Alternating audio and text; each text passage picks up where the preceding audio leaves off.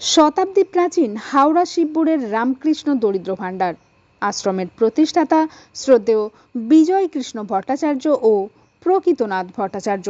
বিজয় কৃষ্ণ ভট্টাচার্য, যিনি হাওড়া গার্লস কলেজের প্রতিষ্ঠাতা এবং সমাজ সংস্কারক হিসেবে হাওড়াবাসীর কাছে সুপরিচিত। বিভিন্ন জেলার থেকে আগত পিতৃহীন মাতৃহীন শিশুদের শিক্ষা থাকা খাওয়ার পাশাপাশি এখান থেকে উচ্চ মাধ্যমিক পাশের পর রামকৃষ্ণ মিশনে উচ্চশিক্ষার জন্য পাঠানোর ব্যবস্থা করা হয়। এমন গৌরবোজ্জ্বল শতাব্দী প্রাচীন আশ্রমে রাখি বন্ধন উৎসবের দিন পৌঁছে গিয়েছিল জীবন চেতনা গ্রুপ তার ৩৯তম কর্মসূচি নিয়ে। রামকৃষ্ণ দরিদ্র ভাণ্ডারের ২৬ জন শিশু সহ কর্তৃপক্ষের হাতে রাখি পরিয়ে দেন জীবন চেতনা গ্রুপের সদস্যরা। রাখি পরানোর সাথে সাথে লাড্ডু, বিস্কুট, পেন ও লজেন্স দিয়ে সৌভ্রাতৃত্ব বোধ ও সম্প্রীতি বিনিময় করল জীবন চেতনা গ্রুপ। এদিনের এমন সম্প্রীতিময় অনুষ্ঠানে উপস্থিত ছিলেন পম্পা রায়, সোমা কর্মকার, মুনমুন দেবনাথ, বিপাশা দাস, ভবানী দেবনাথ, শুভাশিস বোধক সহ শুভাকাঙ্ক্ষী গৌরীনাথ, মনামী সিংহ রায়, ওনার মা এবং ছোট্ট শরণ্যা।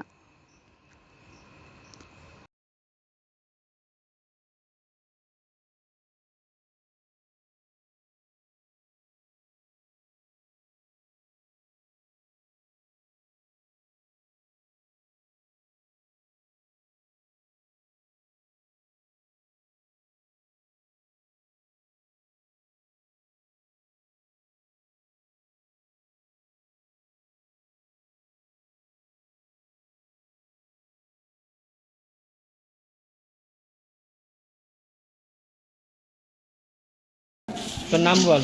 মায়াঙ্ক যাদব। আর এখানে কতদিন আছিস? আমার 1.5 বছর হয়েছে। কোন ক্লাসে পড়িস? ক্লাস 4। তা আজকে রাখি বাঁধছিস, কেমন লাগছে? ভালো। আর আশ্রমে যে থাকিস, আশ্রমের নিয়ম টাইমগুলো পালন করিস তো? হ্যাঁ।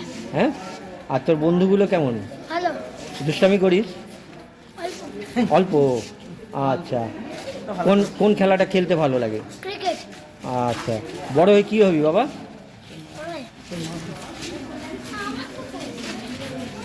পুলিশ না অন্য খেলোয়াড় হবি? কি হবি?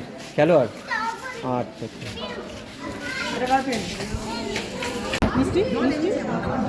আমাদের আশ্রমের নাম শিবপুর রামকৃষ্ণ দরিদ্র ভাণ্ডার। তা 1907 সালে প্রতিষ্ঠা হয়েছে। প্রায় 100 বছর অতিক্রান্ত আমাদের আশ্রম। আমাদের আশ্রমে শুধু যে অরফানেজরা থাকে শুধু তাই নয়, যারা আর্থিকভাবে পিছিয়ে পড়ে তাদেরও আমাদের আশ্রমের জায়গা। আমাদের আশ্রমের প্রধান উদ্দেশ্য হচ্ছে যে একটি ছেলে যেন সুস্থ সমাজে সুস্থ নাগরিক হয়ে উঠতে পারে, তার প্রধান লক্ষ্য আমাদের। এবং যে ছেলেটি বাসের নাম্বার কত পড়তে পারে, যে ছেলেটি কম্পিউটারে কিবোর্ডটা টাইপ করতে পারে, কম্পিউটারে মাউসটা ধরতে পারে, যে ছেলেটা প্রপার মানুষকে সম্মান দিতে পারে, আমাদের আশ্রমের প্রধান লক্ষ্যটাই হচ্ছে এটা। এবং সেটা মাথায় রেখে আমাদের আশ্রমে ক্লাস 1 থেকে 12 পর্যন্ত আমাদের আবাসিকরা থাকে এবং 12-এর পর আমাদের আবাসিকদের চেষ্টা করানো হয় যে হাতের কাজে বিভিন্ন যে ট্রেনিংগুলো হয় সেই ট্রেনিংগুলোকে যাতে প্রাপ্ত হয়। এবং এই জন্য আমাদের আশ্রমে যে বহু মানুষ আমাদের সঙ্গে যেমন এগিয়ে আসেন, যেমন আজকে আপনারা এগিয়ে এসেছেন, এই জন্য আমাদের আশ্রমের তরফ থেকে আপনাদের অত্যন্ত ধন্যবাদ জানাই। আর এই রাখি বন্ধনের ব্যাপারটা এখনকার যে আবহাওয়া পরিপ্রেক্ষিতে যেটা চলছে সমাজের মধ্যে, সেটা কতটা পরিপ্রেক্ষিতে আমরা যে করতে চাইলাম এই বন্ধনটা আজকে বলে তো নয়, যে আগামী দিনে যাতে এই বন্ধনগুলো টিকে থাকে বা এটাকে সমাজকে আরও সুস্থ পরিবেশে তৈরি করার জন্য এই লক্ষ্যের বার্তাটা কি মনে হয়? দেখুন, আমাদের আশ্রমে মানুষ তৈরির কারখানা, তো সেই মানুষ তৈরির কারখানা যদি মানবিকতার উপাদান না থাকে তাহলে আমাদের আশেপাশে ঘটনাগুলো ঘটছে সেই সমস্ত অসুরদের আবির্ভাব আবার ঘটবে।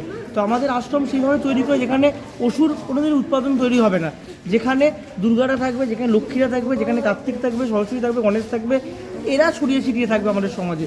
তো আজকে যে রাখি বন্ধন যেটা তৈরি করা হচ্ছে, যে উৎসব হচ্ছে, আপনাদের সেভাবে একটা মানবিকতার বন্ধনে আমাদেরকে সবাইকে আবদ্ধ করে দিলে। যদি আমরা যদি আপনারা যারা এসেছেন, আমি যদি আপনাদের যদি তুলনা করি একটা সুতোর সঙ্গে, দেখুন বিশেষ করে আমরা জামা পরতে যাচ্ছি, একটা বোতাম ছিঁড়ে গেছে, একটা সেলাই সুতো দিয়ে যেটা জুড়তে হয়, তেমনি আজকের যে আশ্রমে আপনাদের যে প্রোগ্রামটা, আমরা কোথাও বোতাম ছিলাম, কোথাও শার্ট ছিলাম, আপনারা সেই সেলাই সুতোটা যেটা আজকের দিয়ে আপনারা জুড়ে দিলেন, অর্থাৎ রাখি বন্ধনের সার্থকতা হচ্ছে আজকে এখানে।